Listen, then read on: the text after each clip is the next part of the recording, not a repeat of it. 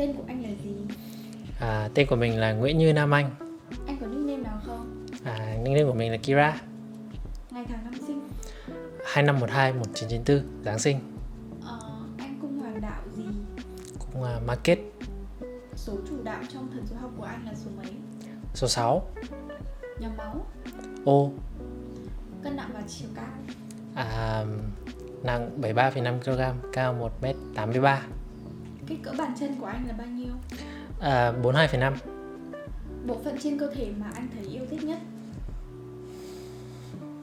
Tay à? Tay. Bộ phận cơ thể mà anh không thích lắm? Chắc là mông, tại mông hơi lép. Một từ miêu tả tính cách của bản thân anh? Điềm tĩnh, thiếu sinh sắc. Điểm mạnh của anh là gì? Kỷ luật với bản thân. Thế còn về điểm yếu thì sao? Nhu nhược và không dứt khoát đối với người khác. Kiểu có những lúc mà mình cần phải cứng rắn hơn, nhưng mà mình lại cứ phân vân, không biết là nên như thế nào. Anh ghét điều gì nhất? Cái việc mà đang xếp hàng tự dưng có người khác chen chân vào mà không có lý do. Môn thể thao nào anh thấy mình có khiếu nhất? Bóng đá. Chơi bóng đá từ hồi bé rồi. Vậy thì anh có muốn chơi thử môn thể thao nào khác không? Chơi thử môn bóng chày. Anh có kỹ năng đặc biệt gì không? Kỹ năng này.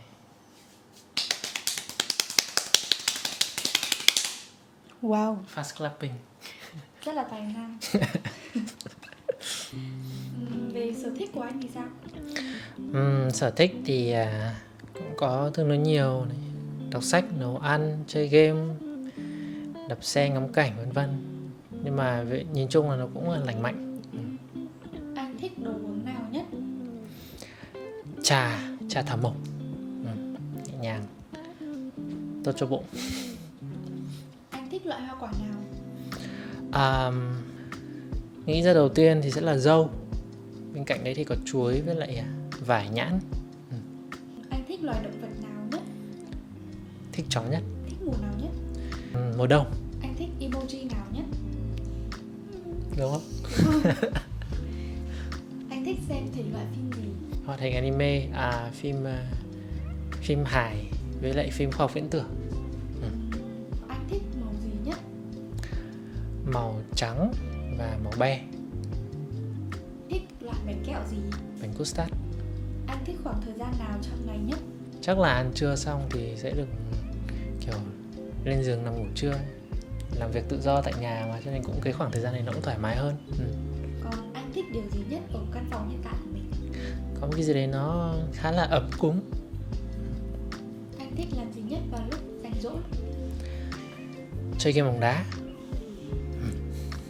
Vậy thì hồi còn bé thì anh là một đứa trẻ như thế nào? Tương đối ngoan, nhưng mà có vẻ hơi ham tiền. Thấy mẹ kể là hồi xưa Tết đến là không thấy ai mừng tuổi là sẽ tự lấy cái sấp mà đã được mừng tuổi ra ngồi đếm trước mặt mấy người đấy. Đây người ta gọi là tài lanh. Ký ức đẹp nhất hồi còn bé của anh là gì? Ký ức đẹp nhất hồi còn bé à? Cái khoảnh khắc mà ghi bàn đầu tiên khi mà đá bóng cho câu lạc bộ ở hồi tiểu học vẫn còn nhớ rất rõ. Ký ức kinh hoàng hồi còn bé của anh là gì? Thế thì hồi học sinh cấp 2 đi học thêm buổi tối, đạp xe về nhà xong qua đường thì bị xe máy tông từ phía sau. Xong gãy tay. Hồi bé anh ước muốn sẽ làm gì? Mình ước muốn trở thành một kiến trúc sư. Bây giờ mà được bảo đi học lại đại học thì sẽ đi học ngành kiến trúc đó. Anh đã học những gì hồi còn bé bên cạnh việc đi học? Đi học bơi này. Cũng được cho đi học đàn ốc gan nhưng mà bỏ cuộc ngay 2-3 khóa đầu. Đi học karate. Lý lịch học tập từ cấp 3 đến hiện tại của anh là gì? Cấp 3 học trường Trung học phổ thông chuyên ngoại ngữ của Đại học Quốc gia Hà Nội, chuyên Nhật.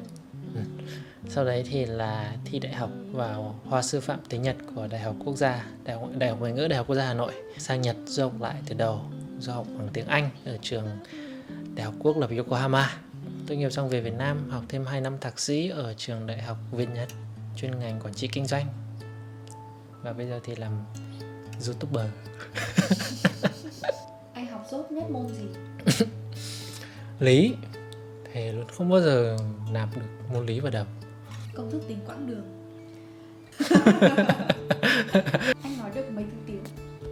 3,5. Tiếng Việt, tiếng Nhật, tiếng Anh và một chút tiếng Hàn. Xin chào. minasan konnichiwa tiếng Nhật này. Hi guys, this is Kira. 안녕하세요, Kira입니다. Yeah. Thành tích ngoại ngữ đã đạt được? 8.0 IELTS và JLPT tiếng Nhật N1. Anh thích nói thứ tiếng nào nhất? まあ多分日本語が一番話しやすいと思いますけどね。日本語です、tiếng Nhật. Mất tới heo. Anh thích học vào buổi sáng sớm hay là buổi tối khuya? Học vào sáng sớm trước khi ăn sáng, tầm khoảng 6:30 cho đến 7 giờ gì đấy, 25 phút thôi. Anh thích tự học ngoại ngữ hay là đi học trực tiếp ở trung tâm? Mình cũng đã từng đi học trực tiếp ở trung tâm và cũng đã dành nhiều thời gian để học ngoại ngữ ở nhà, thì cảm thấy là việc tự học ở nhà nó thoải mái hơn. Tự học. Thế hồi xưa anh có đi du học không? Có. Đi du học ở đâu? Đi du học Nhật Bản. Japan. Japan. Vì sao anh lại chọn đi du học ở nước đó? Hồi bé thì mình có ở Nhật khoảng 2 năm rưỡi. Thế xong là cũng kiểu sau khi mà về Việt Nam thì cũng có ước muốn là được quay trở lại Nhật Bản sau này. Nhưng mà đấy rồi có một cái dịp mà được sang đấy thực tập và đi trao đổi thì mới cảm thấy là mình muốn đi du học Nhật thì mình muốn được học thêm nhiều điều về ngoài kiểu như là ngoài kiến thức ra thì còn là văn hóa xã hội rồi về đất nước con người Nhật Bản. Thế là quyết định là đi du học Nhật Bản. Trong quá trình học tập có tham gia câu lạc bộ nào không? Tham gia câu lạc bộ bóng đá này, tham gia câu lạc bộ làm hội sinh viên, gọi là gì? Hội sinh viên hỗ trợ sinh viên nước ngoài. Thế hồi đi học đại học anh có đi làm thêm ở đâu không? Có, mình có đi làm thêm ở quán sushi. Ngoài ra thì cũng có đi dạy tiếng Việt cho người Nhật một thời gian. Thế thì theo anh công việc làm thêm lý tưởng hồi đấy là gì? PT ở gym. Đã từng apply nhưng mà trượt. Thế bây giờ cho làm lại thì có làm không? Thì anh có muốn học thêm gì sắp tới không? Cũng đã có một cái khoảng thời gian trong Covid ấy là cũng có tham khảo học mấy cái khóa online miễn phí ở trên Coursera hay là Google Course, thì cũng tính là nếu mà thời gian rảnh có thì mình sẽ chọn học một cái khóa nào đấy.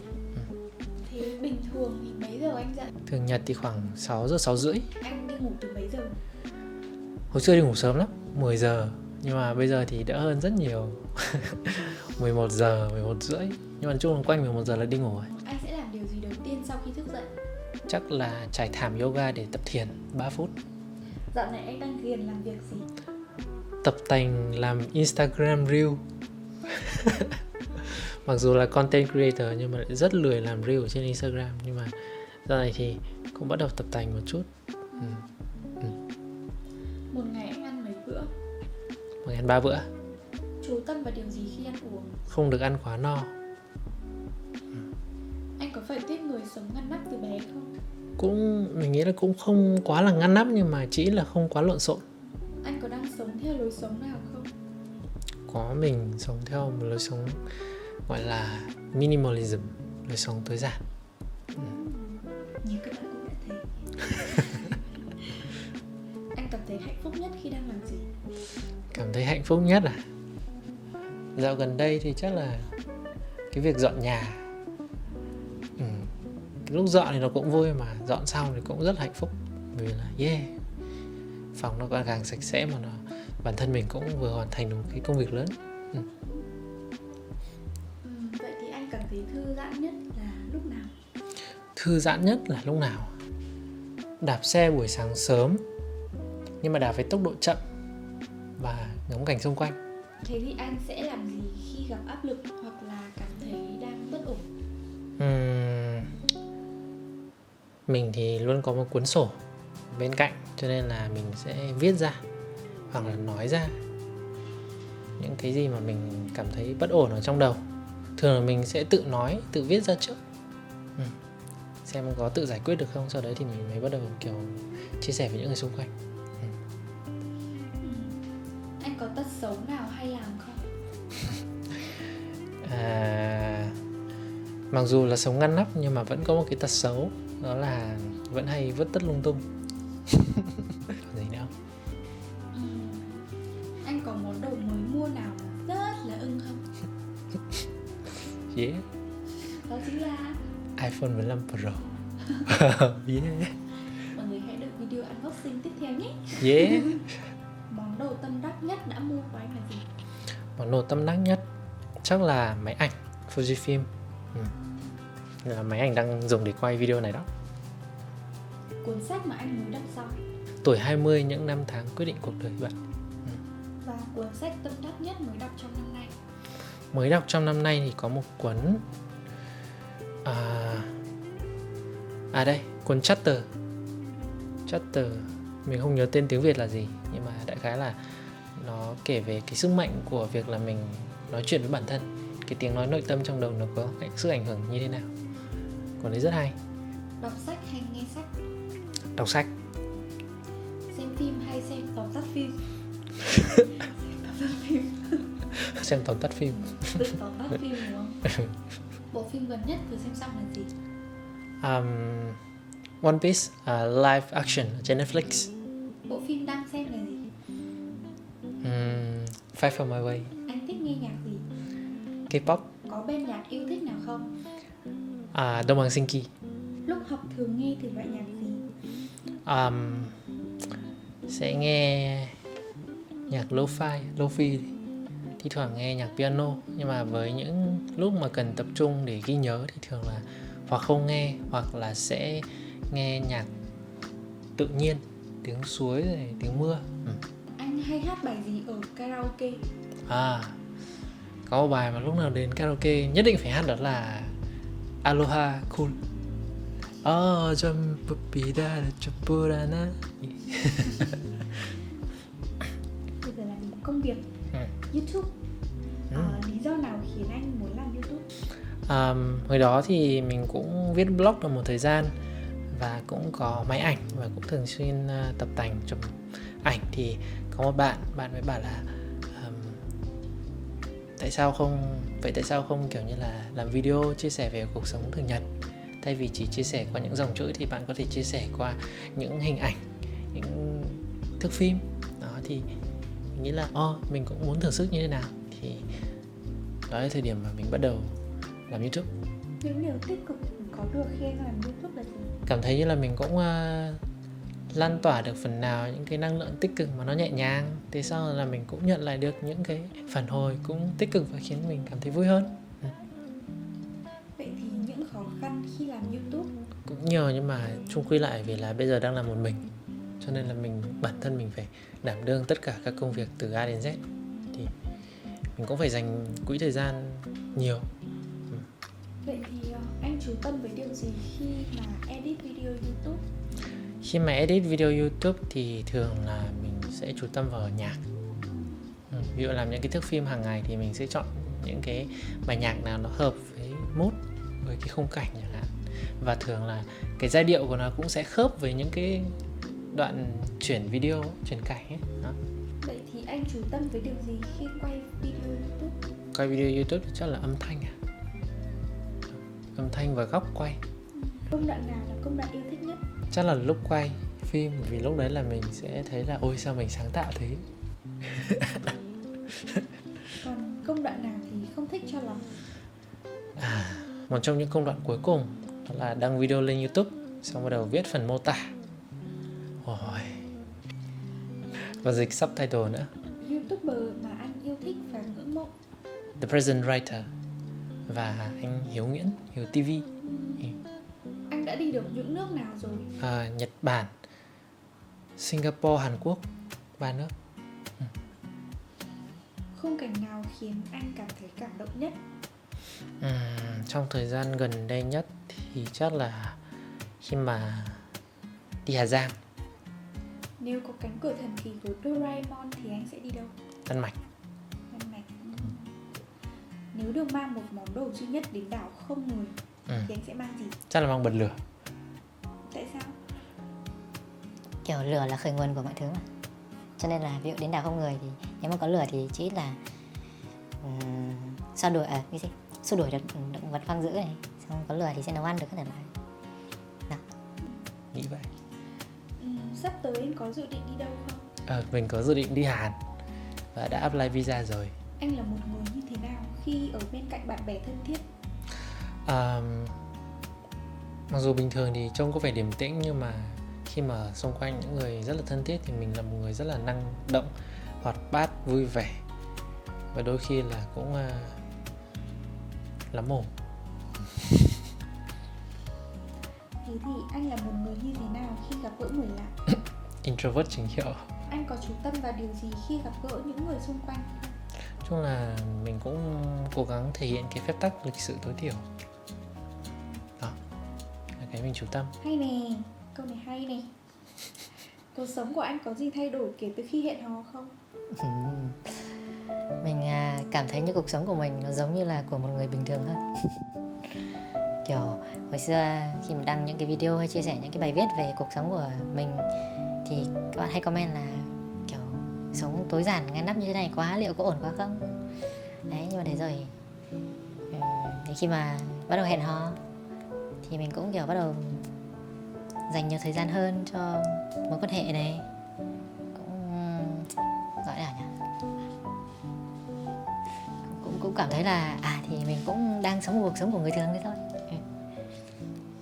Thất bại lớn nhất trong cuộc đời cho đến thời điểm hiện tại? Câu này deep nè. Cũng có nhiều thất bại, nhưng mà nó gọi là mang tính cay đắng nhất ấy thì là trượt học bổng Nhật. Trong cái học bổng đầu tiên mình apply học bổng đấy rất là lớn mà lại rất là tự tin, và cuối cùng lại trượt. Thế nên rất là cay đắng và rất là kiểu Vậy thì biến cố lớn nhất trong cuộc đời của anh là gì? biến cố lớn nhất chắc là nó liên quan đến sức khỏe, khi mà bị một loạt các cái triệu chứng và căn bệnh liên quan đến tiêu hóa khiến cho mình sụt 20 cân trong vòng 1 năm đầu tiên. Vậy thì turning point tích cực trong cuộc đời? Cái sự chuyển biến tích cực có lẽ là bắt đầu từ cái khoảng thời gian mình bắt đầu sống tối giản và viết blog.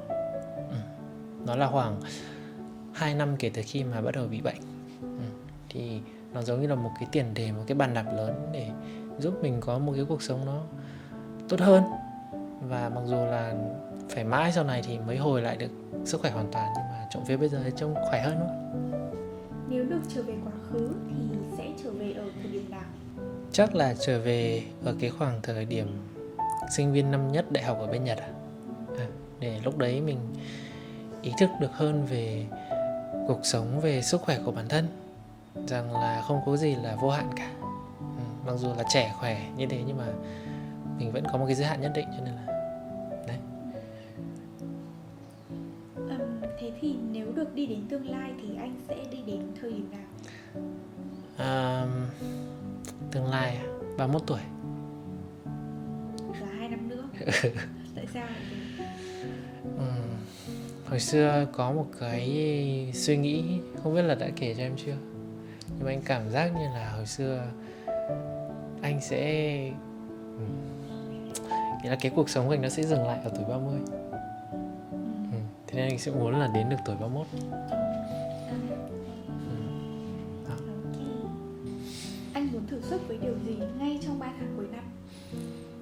Ngay trong 3 tháng cuối năm mình cảm thấy là giờ này mình có chút tự tin hơn. Thì trước hết là ngồi trước ống kính camera. Thế nên là mình cảm thấy là mình cũng muốn thử sức với việc là sắp tới thì maybe offline event, tổ chức sự kiện gì đấy nhỏ nhỏ để có thể finally gặp mọi người. Hope so. Vậy thì mục tiêu và ước mơ sau này của anh là gì? Ôi chà, to lớn ghê. Trước hết thì một cái mục tiêu mà lớn mà mình suy nghĩ mình muốn thực hiện ngay năm sau. Thứ nhất là mình sẽ sửa lại căn phòng này. Thứ hai là mình sẽ đi xin visa đi Nhật. Đó là 2 mục tiêu lớn, 2 mục tiêu cụ thể mà có trong đầu. Còn ước mơ hay là một cái gì đấy nó to lớn hơn thì chắc là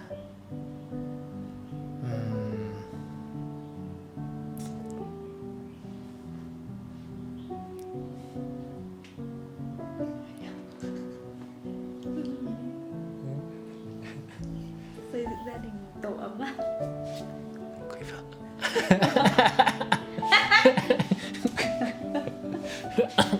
Vậy thì em chúc anh thành công. Bài học lớn nhất từ thất bại là gì? Bài học lớn nhất từ thất bại, mà cái thất bại là mình cũng vừa nói xong, đó là việc mình chưa học bổng, thì mình nghĩ là không được tự tin thái quá và biết khiêm tốn và luôn luôn cố gắng học hỏi thêm. Vậy thì bài học lớn nhất trong hành trình phát triển bản thân? Bạn là những gì bạn đang làm.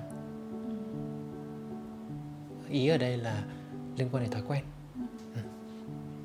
Thói quen sẽ là một cái chìa khóa nó rất lớn để giúp bạn trở thành một con người giúp bạn trở thành một con người hiện tại tốt hơn. Yeah. Motto là gì? Motto á, stay focused, be present.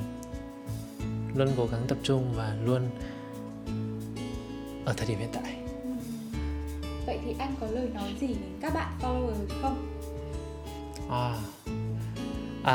Thì nhân dịp là mình đạt cột mốc được 500.000 subscribers ở trên YouTube, thì mình xin gửi lời cảm ơn đến tất cả các bạn followers, các bạn Việt Nam, các bạn nước ngoài trên toàn thế giới này, vì đã luôn ủng hộ mình, luôn đồng hành cùng mình trong những chiếc vlog study with me, trong những chiếc daily vlog thường nhật.